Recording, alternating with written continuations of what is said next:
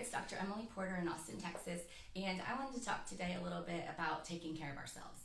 So in our med spa, we take care of ourselves, right? We come in, we look pretty, we get our skin under control, we do some Botox, we do things that make us feel good. Not everybody does that, but I think that stuff is really important. So I wanted to talk a little bit about self-care and what kind of that means. And so we women, we are always taking care of other people, right? Like we're taking care of our husbands and we're taking care of our kids and we're just sort of like doing the groceries and all those sort of thankless tasks. And I think they call it emotional labor. So it's the emotional labor of love. Raise your hand if you lay down to go to sleep at night and your husband passes out in 30 seconds and you're laying there going, okay, Texas Day is on Thursday and I have to make sure I got that costume and we're almost out of Pop-Tarts and like I need to go get money for the cleaning lady, and you just can't turn your brain off, right?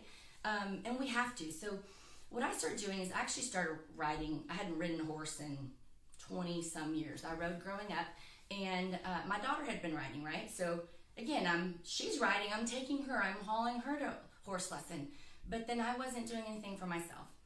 And there are 168 hours in a week. And what I challenge you to do is take 1 hour a week that is your sacred time. It is your protected time. No matter what happens, that's your hour. You have to schedule it. It's not sexy, but you have to schedule it or you'll make excuses and nobody will respect it.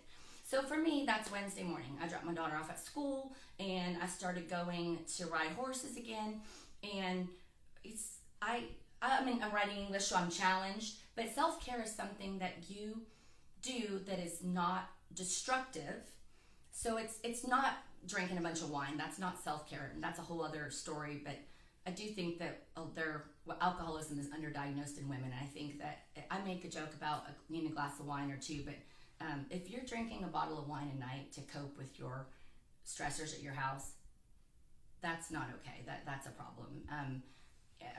Binge drinking is 3 glasses or more for a woman, and if you're doing that 5 nights a month or more, then that's alcoholism. That's the definition. And sorry to get like sad on you here, but if you need help, we have some great clients who actually are really high up in AA, and they've been pretty vocal about it, that we can give out their number. So anyway, but again, so people going to rehab, and I found out this week at my junior league meeting that they get almost ready to go, these women, and then they back out. Do you know why they back out? They back out because who's going to take care of the kids at home? Who's going to keep the house afloat, right? It's like we don't think our husbands can run the ship.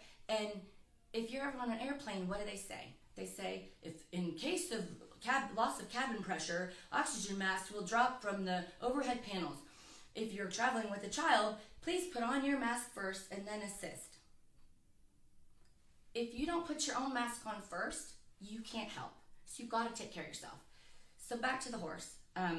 1 hour a week, I take my wedding rings off. I take my wedding ring, I take all my jewelry off. I take this little iPhone off, because let's be real, this is not an Apple Watch. It's another like crack iPhone.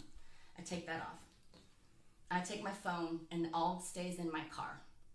And for 1.5 hours, by the time I get the horse ready, and I don't own the horse, which makes it even better. And I show up and I tack the horse and I ride the horse and I go back.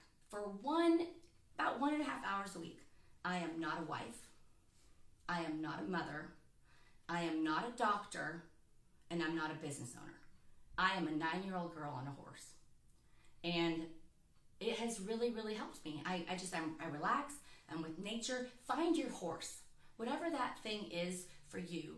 As long as it's healthy, as long as it's not, you're not using it as a coping skill, but you're using it to better yourself. It might be a pedicure, it might be a walk, it might be going to a lecture at the library. But schedule it and every week, no matter what. And your husband should do the same, but we need that. If we can't help ourselves, we can't help other people. So that's it. And if that hour a week happens to be coming to see us, then cool, whatever that is for you, but just make sure it happens. Thanks a lot.